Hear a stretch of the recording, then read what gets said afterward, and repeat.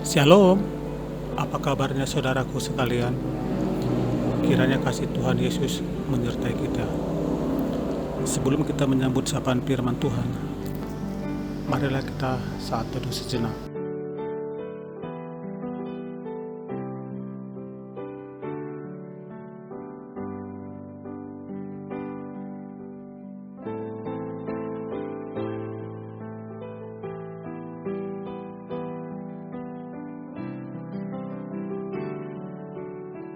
Amin.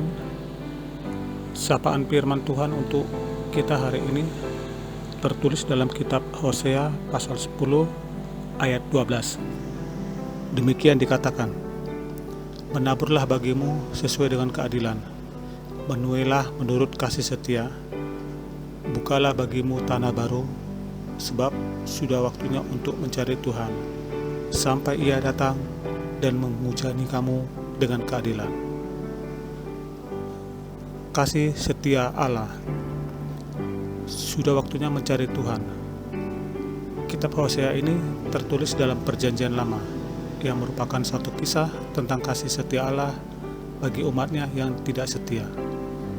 Tuhan memerintahkan Nabi Hosea untuk menikahi seorang wanita yang melanggar ikrar pernikahannya dan mendatangkan duka cita bagi Hosea. Setelah ia meninggalkan Hosea dan hidup bersama pria lain, Tuhan memerintahkan Hosea untuk membawa kembali istrinya itu. Kemudian Hosea dipanggil untuk mengatakan kepada bangsa Israel bahwa oleh karena pemberontakan mereka terhadap Tuhan, mereka akan dibawa sebagai tawanan oleh bangsa lain. Namun di tengah dosa dan penghukuman mereka, anugerah Allah kepada umatnya tidak pernah surut. Dalam satu nasihat yang penuh kasih, Tuhan berfirman, menaburlah bagimu sesuai dengan keadilan, menuailah menurut kasih setia, bukalah bagimu tanah baru, sebab sudah waktunya untuk mencari Tuhan, sampai Ia datang dan menghujani kamu dengan keadilan.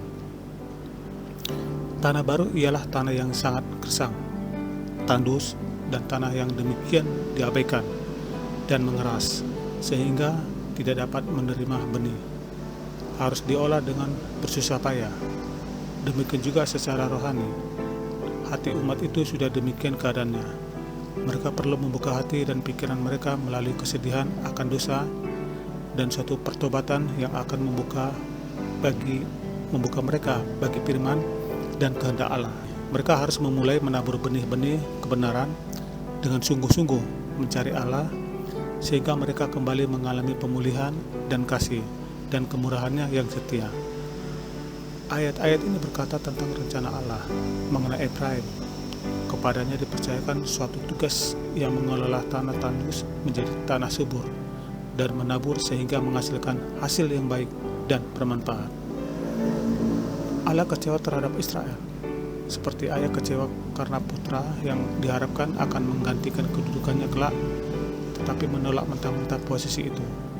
Allah sungguh kecewa Israel adalah umat yang tidak tahu balas budi. Oleh karena itu, Israel diganjar dengan kehancuran diri. Mereka akan kehilangan sesembahan. Mereka akan ketakutan menghadapi murka Allah yang telah dinyatakan kepada mereka.